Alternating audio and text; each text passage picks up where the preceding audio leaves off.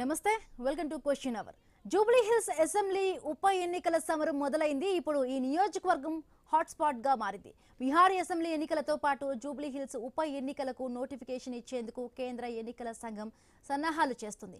ఇప్పటికే Jubilee hills కు ఎన్నికల పరిశీలకులు నియమించింది. పరిశీలకులు ఈ వారంలో క్షేత్రస్థాయిలో పర్యటించనున్నారు.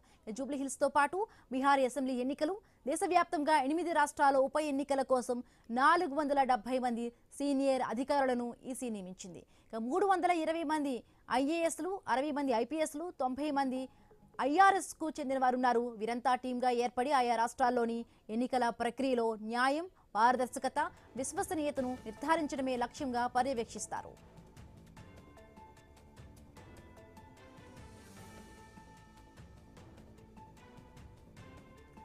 అయితే ఇప్పటికే రాష్ట్రంలో లోకల్ ఎన్నికల సందడి ఉండగా ఇప్పుడు జూబ్లీ హిల్స్ ఉప ఎన్నికపై అన్ని పార్టీలు ఫోకస్ పెట్టాయి. దీంతో నియోజకవర్గం పొలిటికల్ హాట్స్పాట్ గా మారింది.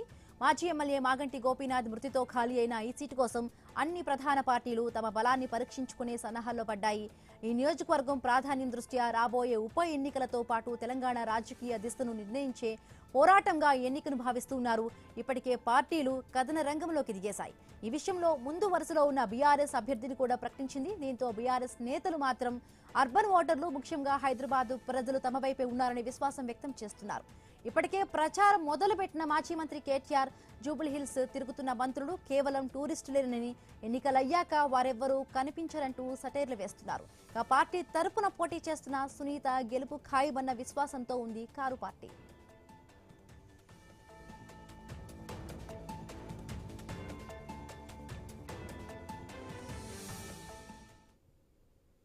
ఇక కాంగ్రెస్ పార్టీ నుంచి ఇప్పటికే పలువురు మంత్రులు రంగంలోకి దిగారు. సీఎం రేవంత్ కూడా ఎప్పటికప్పుడు సమీక్ష నిర్వహిస్తూ ఉన్నారు.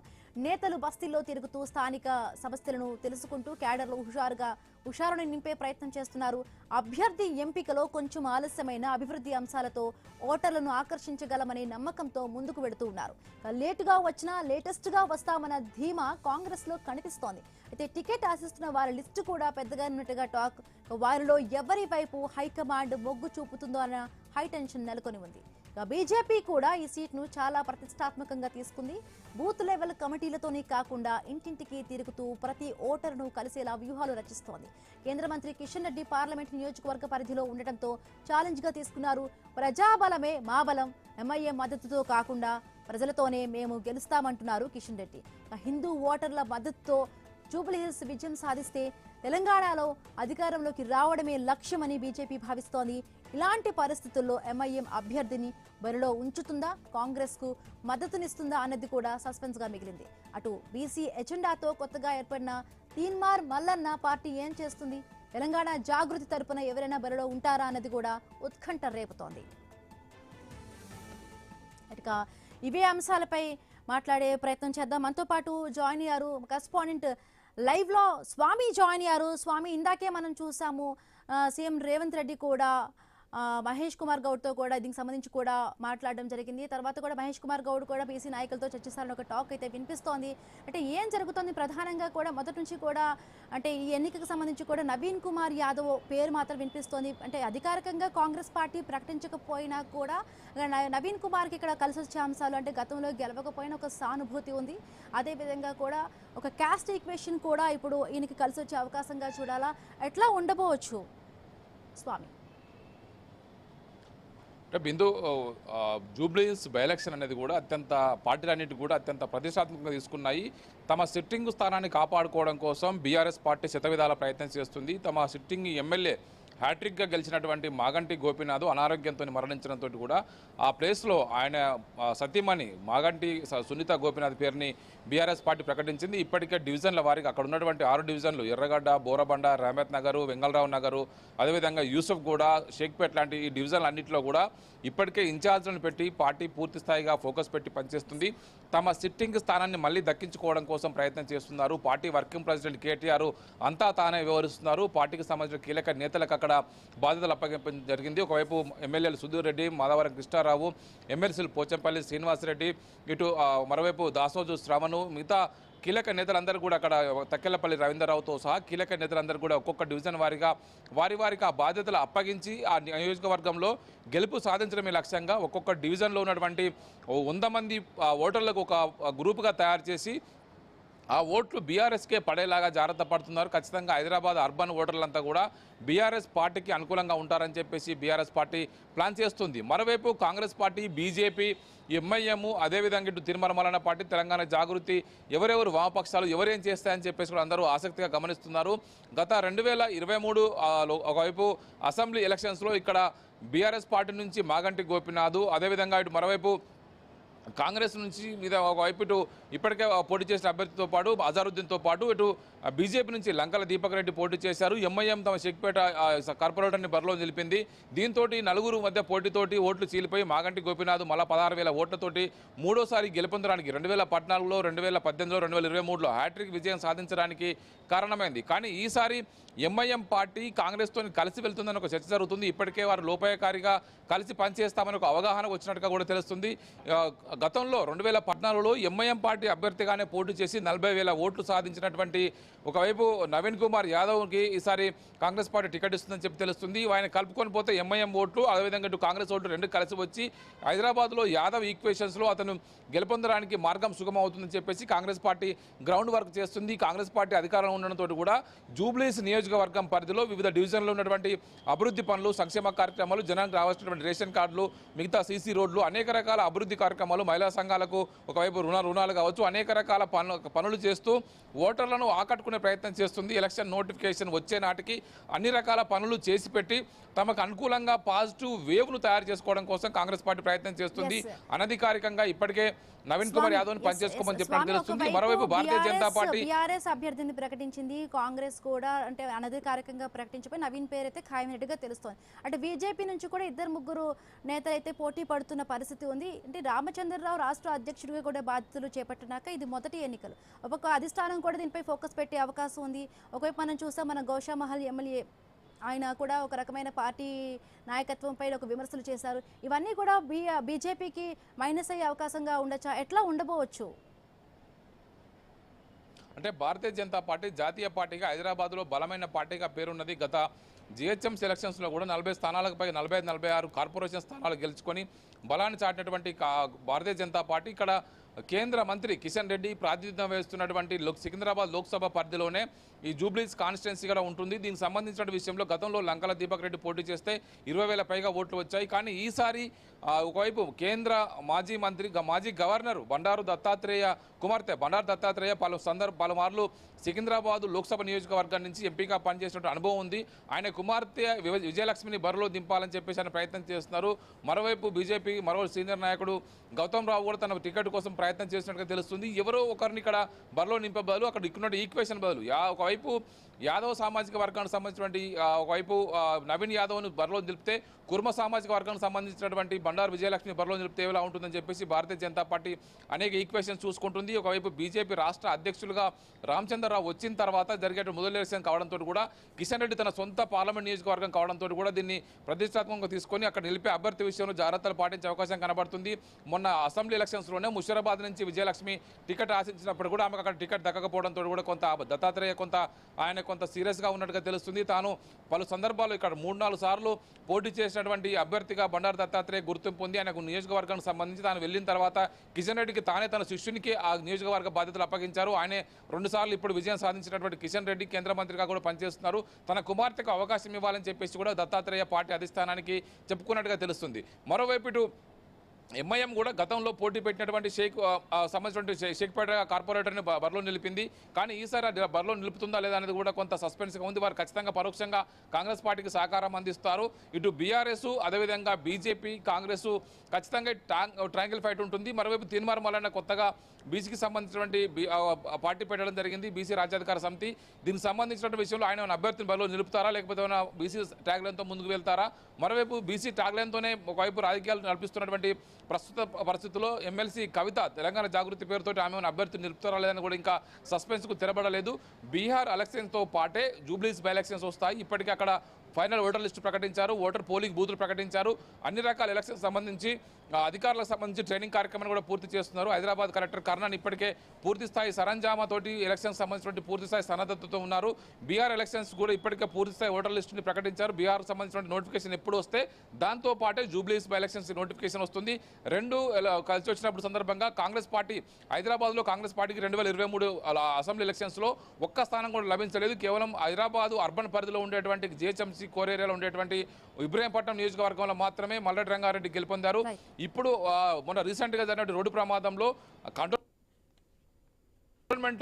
ఎమ్మెల్యే ఉన్నటువంటి బీఆర్ఎస్ ఎమ్మెల్యే ఒకవైపు లాసానందిత మరణం తర్వాత జరిగినటువంటి లోక్సభ ఎలక్షన్స్తో పాటు జరిగినటువంటి బై ఎలక్షన్స్లో కాంగ్రెస్ పార్టీ ఎమ్మెల్యే ఉన్నటువంటి అభ్యర్థిగా పోటీ చేసినటువంటి శ్రీ గణేష్ విజయం సాధించారు. కేవలం హైదరాబాద్ పరిధిలో పార్టీ మారిన ఎమ్మెల్యేలతో పక్కన పెడితే కనుక ఒకే ఒక్క ఎమ్మెల్యే కాంగ్రెస్ పార్టీకి ఉన్నారు. ఈ ఎలక్షన్లో ఖచ్చితంగా ఇక్కడ కాంగ్రెస్ పార్టీ గెలిపించుకొని వచ్చే జిహెచ్ఎంసీ ఎలక్షన్ నాటికి హైదరాబాద్లో కాంగ్రెస్ పార్టీని బలోపేతం చేసుకోవాలనే లక్ష్యంతో ముఖ్యమంత్రి Revanth Reddy, PCC president Mahesh Kumar Goud, Hyderabad in charge minister Ponnam Prabhakar పనిచేస్తూ ఉన్నారు. మొత్తానికైతే ఇప్పటికే జూబ్లీస్ నియోజకవర్గం పరిధిలో పొన్నం ప్రభాకర్ మంత్రిగా, అదేవిధంగా తుమ్మల నాగేశ్వరరావు, గడ్డం వివేక్ వెంకటస్వామితో సహా మిగతా మంత్రులంతా కూడా యాక్టివ్గా పనిచేస్తున్నారు. ఒక్కొక్క డివిజన్ల వారీగా వారికి సంబంధించినటువంటి ఇప్పటికే వివిధ కార్పొరేషన్ల చైర్మన్లను బాధ్యులుగా పెట్టారు, ఎమ్మెల్యేలకు బాధ్యతలు అప్పచెప్తూ ఉన్నారు. ఇక్కడ ఖచ్చితంగా గెలిచి తీరాలని చెప్పేసి ముఖ్యమంత్రి రేవంత్ రెడ్డి పట్టుబట్టుకొని కూర్చున్నారు. దీంతో హైదరాబాద్ తమ బలాన్ని పెంచుకోవడం కోసం ఇది ఉపయోగపడుతుందని చెప్పేసి భావిస్తున్నారు. ఇప్పటికే ఒకవైపు అనధికారికంగా నవీన్ కుమార్ యాదవ్ పేరు ప్రకటించినప్పుడు కూడా అంజన్ కుమార్ యాదవ్, అదేవిధంగా ఇటు బొంతు రామ్మోహన్తో సహా పలువురు నేతలంతా కూడా ఇంకా టికెట్ కోసం చివరి దశ వరకు కూడా ప్రయత్నం చేస్తూనే ఉన్నారు. కాంగ్రెస్ పార్టీలో చివరి నిమిషం వరకు ఏదైనా జరగవచ్చని ఒక మొదటి నుంచి ఉన్నటువంటి నానుడికి చెక్ పెట్టడం కోసం ముఖ్యమంత్రి రేవంత్ రెడ్డి పనిచేస్తున్నారు. మీనాక్షి నటరాజన్ ఎప్పటి దీన్ని సమీక్ష చేస్తున్నారు. మొత్తానికి జూబ్లీస్ ఎలక్షన్ సంబంధించి బీఆర్ఎస్, కాంగ్రెస్, బీజేపీ అందరూ కూడా ఇప్పుడు దీని మీద ఫైనల్ గా ఫోకస్ పెట్టి గెలుపొందడం లక్ష్యంగా వ్యూహాత్మకంగా ముందుకు సాగుతున్నారు. Bindu right, thank you Swami, thanks. Right, ఇక గెస్టుల దగ్గరికి వెళ్తాం. మనతో పాటు జాయిన్ అయ్యారు కాంగ్రెస్ నుంచి రాహుల్ గౌడ్, రాజకీయ విశ్లేషకులు, అలాగే బీఆర్ఎస్ నుంచి రాజు గౌడ్ కూడా జాయిన్ అయ్యారు. నమస్తే అండి రాహుల్ గౌడ్. ముందుగా మీతోనే స్టార్ట్ చేస్తాను. సో బీహార్ అసెంబ్లీ ఎన్నికలతో పాటు ఇప్పుడు చూస్తున్నాం మనం జూబ్లీ హిల్స్ ఉప ఎన్నిక కూడా చాలా రసవత్తరంగా సాగుతుంది. 3 పార్టీలు కూడా అంతే ప్రతిష్టాత్మకంగా తీసుకున్నాయి. సో కాంగ్రెస్ పార్టీ ఏ విధమైన స్ట్రాటజీతో వెళ్తోంది? ఇప్పటికే చాలా మంది ఆశావహులు ఉన్నారు, అంజన్ కుమార్ ఉన్నారు, అలాగే రామ్మోహన్ కూడా ఆయన కూడా ఆశిస్తూ ఉన్నారు టికెట్. ముఖ్యంగా కూడా నవీన్ ఇక్కడ అనేది ఆయన కూడా ఎక్కువగా అంటే అధికారికంగా పార్టీ ప్రకటించే అవకాశం ఉన్నట్టుగా తెలుస్తోంది. సో ఎట్లాంటి ఈక్వేషన్స్తో వెళ్ళబోతుంది అది కాంగ్రెస్ పార్టీ? ముందుగా మీకు ప్యానెల్ పెద్దలకు నమస్కారం మేడం. జూబ్లీహిల్స్ ఉప ఎన్నికలంటే అది రాష్ట్రంలో ఉన్నంత స్థానం, ఉన్నంత ఏరియా అని చెప్పి రాష్ట్ర ప్రజలందరూ భావిస్తారు. అంటే అక్కడ మంచి నివసించే వాళ్ళు, ఎక్కువ డబ్బుతో ఉన్న వాళ్ళు నివసిస్తారని చెప్పి అందరికీ తెలుసు. పర్టికులర్ గా మేము జూబ్లీహిల్స్ మీద ఫోకస్ చేయడం రేవంత్ రెడ్డి గారికి ఎందుకంటే మా గతంలో చూసుకుంటే మాకు హైదరాబాద్ లో మాకు సీట్లు ఏ విధంగా మాకు రాలేవు, అన్ని గ్రామాలలో వచ్చినాయి. సో ఇప్పటికైనా మేము జూబ్లీహిల్స్ మీద ఫోకస్ పెట్టి హైదరాబాద్ మీద ఫోకస్ పెట్టాలని చెప్పి ప్రత్యేక దృష్టితో రేవంత్ రెడ్డి గారు సారథ్యంలో ముఖ్యమంత్రి ఈ రోజు కాంగ్రెస్ పార్టీగా రేవంత్ రెడ్డి గారు ఉన్నారు కాబట్టి ఆ బాధ్యతలతో ఈ రోజు పనిచేయాలని చెప్పి ఇన్ఛార్జ్ మీనాక్షి నటరాజ్ గారు కూడా వారి హయాంలో ఎవరెవరు ఏ విధంగా ఉన్నారు, ఎవరెవరు గతంలో పనిచేసిరు అని వాళ్ళందరినీ ఇన్ఛార్జ్ ఇప్పుడు ఉన్న చైర్మన్లైనా, మంత్రులైనా, ఎమ్మెల్యేలైనా అక్కడ ఆయా స్థానంలో ఇన్ఛార్జ్ వేసి బూత్ ద్వారా తెలుసుకొని సర్వే ప్రకారంగా అధిష్టానం నిర్ణయిస్తుంది మేడం.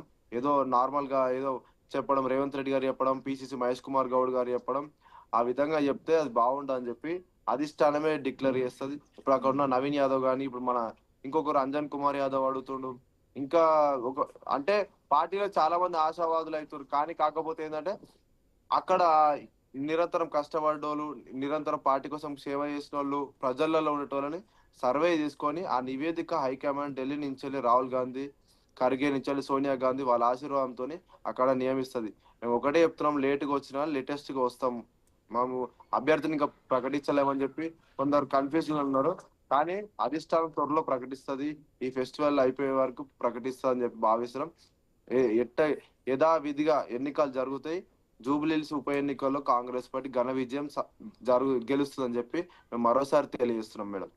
రైట్, రాజుగౌడ్ గారు,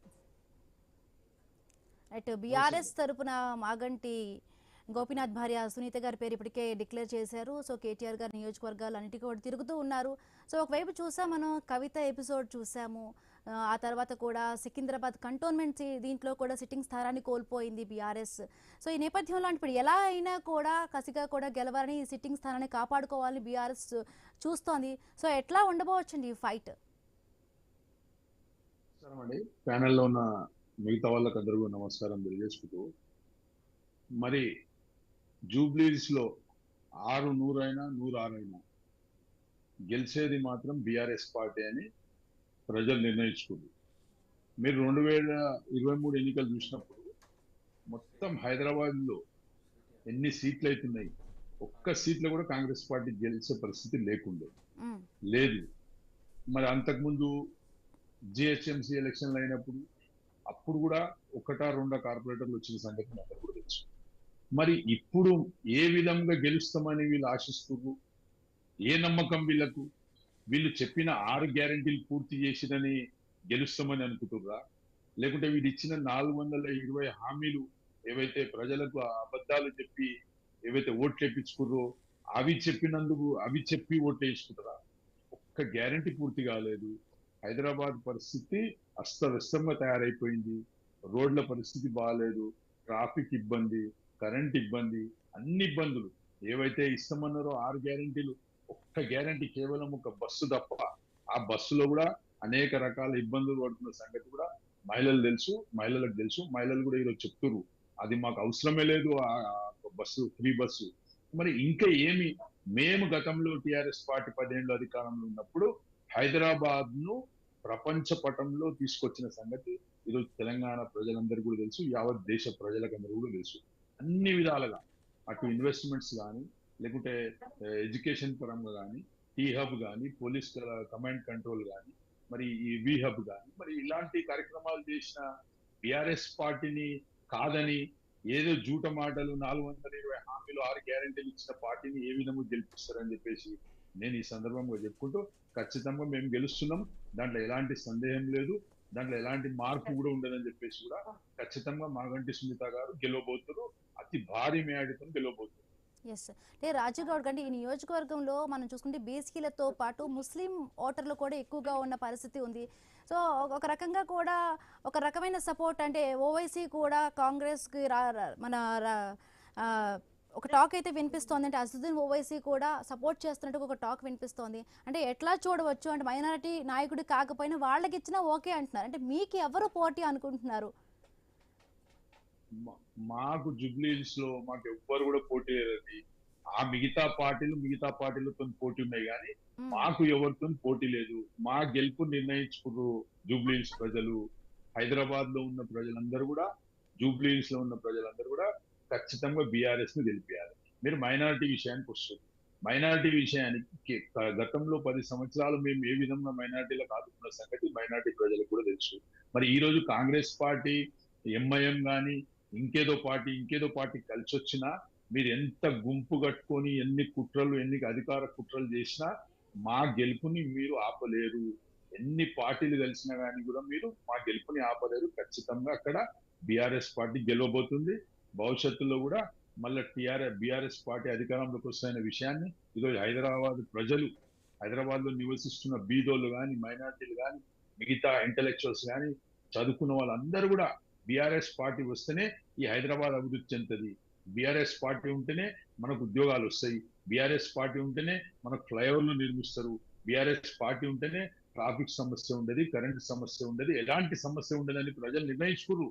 ఇప్పుడు ఎన్నికలే తర్వాయి, ఎన్నికల్లో ఓట్లు ఎన్నిక పోవాలని వేచి చూస్తున్నారు ఈరోజు ప్రజలు. కాంగ్రెస్ పార్టీని ఏ విధంగా గుణపాఠం చెప్పాలని ప్రజలు వేచి చూస్తున్నారు. ఎస్ రాహుల్ గౌడ్, అంటే మనం చూసామనంటే మన గోషామహల్ ఎమ్మెల్యే రాజాసింగ్ కూడా అంటే ఒకవైపు బీజేపీపై విమర్శలు చేశారు. ఆ పార్టీ గురించి కూడా చాలా వరకు మాట్లాడడం జరిగింది. ఒకవైపు కాంగ్రెస్ పార్టీ కూడా ఎంఐఎం పార్టీ కూడా మీకు సపోర్ట్ని ఇస్తోంది, ఇండైరెక్ట్గా కూడా ఒక సపోర్ట్ని ఇస్తుంది, ఒక టాక్ వినిపిస్తోంది. అంటే మీకు ఈ ఎన్నికలు చాలా ఈజీ అయిపోయాయి అనుకోవచ్చా? మేడం, ఎవరు సపోర్ట్ ఇచ్చినా ఇవ్వకపోయినా కానీ అందులో డౌట్ ఏం లేదు.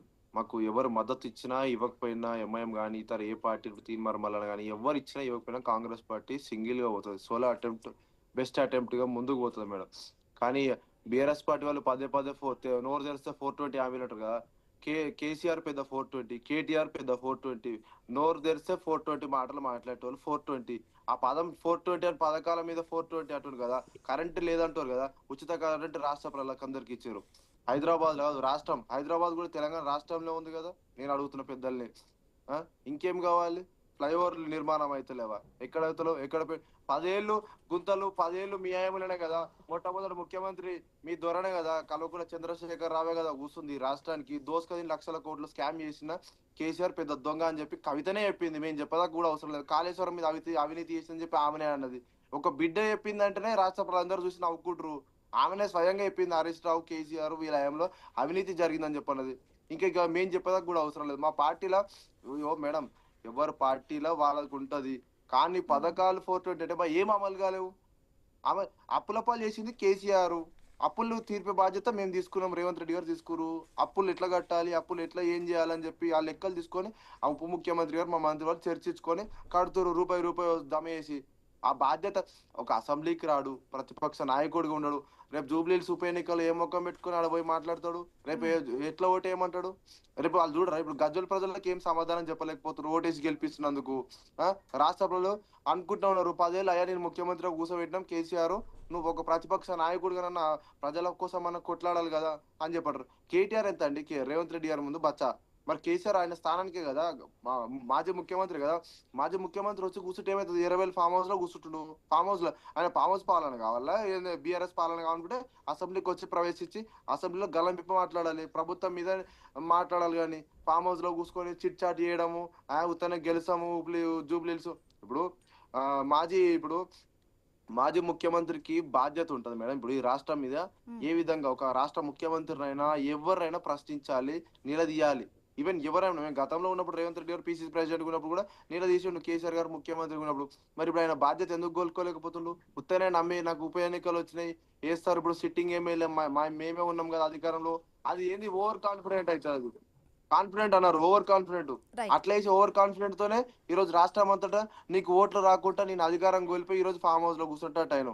సో అందుకని కేసీఆర్ గారిని ఆ ఓవర్ కాన్ఫిడెంట్ వద్దు. వచ్చి నువ్వు ఏందో ప్రజల సమస్యలు ఏందో తెలుసుకో, జూబ్లీహిల్స్ లో ప్రజల సమస్యలు తెలుసుకో. నువ్వు ప్రజల సమస్యలు తెలుసుకుంటే ప్రజలు నిన్ను గెలిపిస్తారా, నిన్ను ఓడగొడతారా, అది నీ అదృష్టాన్ని బట్టి ఉంటది. ఓవర్ కాన్ఫిడెంట్ తోని మేమే గెలుస్తున్నామా అని చెప్పంటే అది బాగుండదు చూసే ప్రజలకు కూడా. రాజు గౌడ్ గారు, అంటే మనం చూసాం కవిత కూడా అంటే బీఆర్ఎస్ పార్టీ పైన అంటే హరీష్ రావు పైన చాలా వరకు విమర్శలు చేశారు, బహిరంగంగానే మాట్లాడడం జరిగింది, పెద్ద ఎత్తున యుద్ధం ప్రకటించారు. సో నేపథ్యంలో అంటే ఈ కామెంట్స్ అన్ని కూడా ఇప్పుడు ఎలక్షన్స్ ముందు ఇవన్నీ కూడా బీఆర్ఎస్ పార్టీకి నష్టం చేకూర్చవా? ఇప్పుడు ఇంతకుముందు తమ్ముడు చెప్పిండు అవినీతి జరిగిందని కవిత గారు చెప్తున్నారు అని చెప్పేసి. కవిత గారు చెప్పకంటే ముందే రేవంత్ రెడ్డి గారు గ్లోబల్స్ ప్రచారం చేసిండు. కాళేశ్వరంలో 1,00,000 కోట్ల అవినీతి జరిగిందని ప్రతి ఊర్లో డప్పు సాటిచ్చారు. ఒక్క చిన్నగా ఆలోచన చేసుకున్నానండి, 1,00,000 కోట్లు ప్రాజెక్టుల 1,00,000 కోట్ల అవినీతి జరుగుతారా? ఇది ఎవరైనా ఇన్ననికైనా మంచిగుంటే బాగుంటది. ఇవే అబద్ధాలు ప్రాజెక్టు మీద ఇవే 10 సంవత్సరాల అధికారం కేసీఆర్ అవినీతి పాలేసి లక్షల కోట్లు స్కామ్ చేసిన చెప్పన్న. కాళేశ్వరం మీకు ఒక మాట చెప్తా. మేము 10 సంవత్సరాలు పరిపాలిస్తే 3,80,000 కోట్ల రూపాయలు మేము అప్పు చేస్తే కేవలం 22 నెలల్లో ఈరోజు పేపర్లు వచ్చింది 2,53,000 కోట్ల రూపాయలు అప్పు చేసిండ్రు. ఎవరికి ఇచ్చిర్రు? రైతు బంధు ఇచ్చిర్రా, లేకుంటే రుణమాఫీ చేసిర్రా, పెన్షన్లు ఇస్తామన్నారు, పెన్షన్లు ఇచ్చిర్రా, విద్యా భరోసా కార్డు ఇస్తామన్నారు, ఆరోగ్యశ్రీ 10 లక్షలు అన్నారు. ఇవన్నీ ఎక్కడ? మేము ఇన్ని పథకాలు ఇచ్చుకుంటూ 3,83,000 కోట్లు మేము అప్పు చేస్తే ఏ పథకం ఇవ్వకుండా ఈరోజు 2,00,000 కోట్లు మీరు అప్పు చేసిరా? 2,53,000 కోట్లు ప్రూఫ్ లేకుండా మాట్లాడకండి అన్న. ఏది పడుతుంది 2,00,000 పార్లమెంట్ లోనే చర్చ జరిగింది. దాంట్లో రిజర్వ్ బ్యాంక్ ఆఫ్ ఇండియా ఇచ్చిన రిపోర్ట్ ప్రకారమే 3,73,000 కోట్ల రూపాయలు వచ్చినాయి. ఇంకోటి కేసీఆర్ పాలన గురించి అంటున్నారు, ఫామ్ హౌస్ పాలన గురించి అంటున్నారు. కానీ కేసీఆర్ ఫామ్ హౌస్ లో ఉన్నా ఎక్కడున్నా తెలంగాణ ప్రజలందరికీ కూడా రోడ్ల మీద రానియలేడు, ధర్నాలు చేయనీయలేడు, చెప్పులు లైన్ లో పెట్టనీయలేడు, జూటా కేసులు పెట్టనీయలేడు. కేసీఆర్ గారు ఒక మంచి పరిపాలన ప్రజలకు ఇబ్బంది కాకుండా చేసిన సంగతి మనం అందరూ కూడా తెలుసు. మరి ముఖ్యంగా ఇంకో విషయం చెప్పి, హైదరాబాద్ డెవలప్ చేసినాము, మేము ఫ్లైఓవర్లు కట్టినాం. మేము కట్టిన ఫ్లైఓవర్లకు రంగు వేసే పరిస్థితిలో ఈ కాంగ్రెస్ పార్టీ లేదు. Right, thank you. కనీసం కలర్ వేసే కంక్లూడ్ పరిస్థితిలో కూడా చేయండి, లేదు. సమయం తక్కువగా ఉంది. రాజు గౌడ్ గారు, right, thank you so much అండి. రాజు గౌడ్ గారు, రాహుల్ గౌడ్ గారు క్వశ్చన్ అవర్ లో పాల్గొన్నందుకు. సో చూసారు కదా, ఇది వాల్టి క్వశ్చన్ అవర్. మరికొద్ది రోజుల్లో తెలియబోతుంది ఉత్కంఠ పోరులో ఎవరు జూబ్లీ హిల్స్ ఉప ఎన్నిక బరిలో నిలవబోతారు అనేది. సో ఇది వాల్టి క్వశ్చన్ అవర్ కి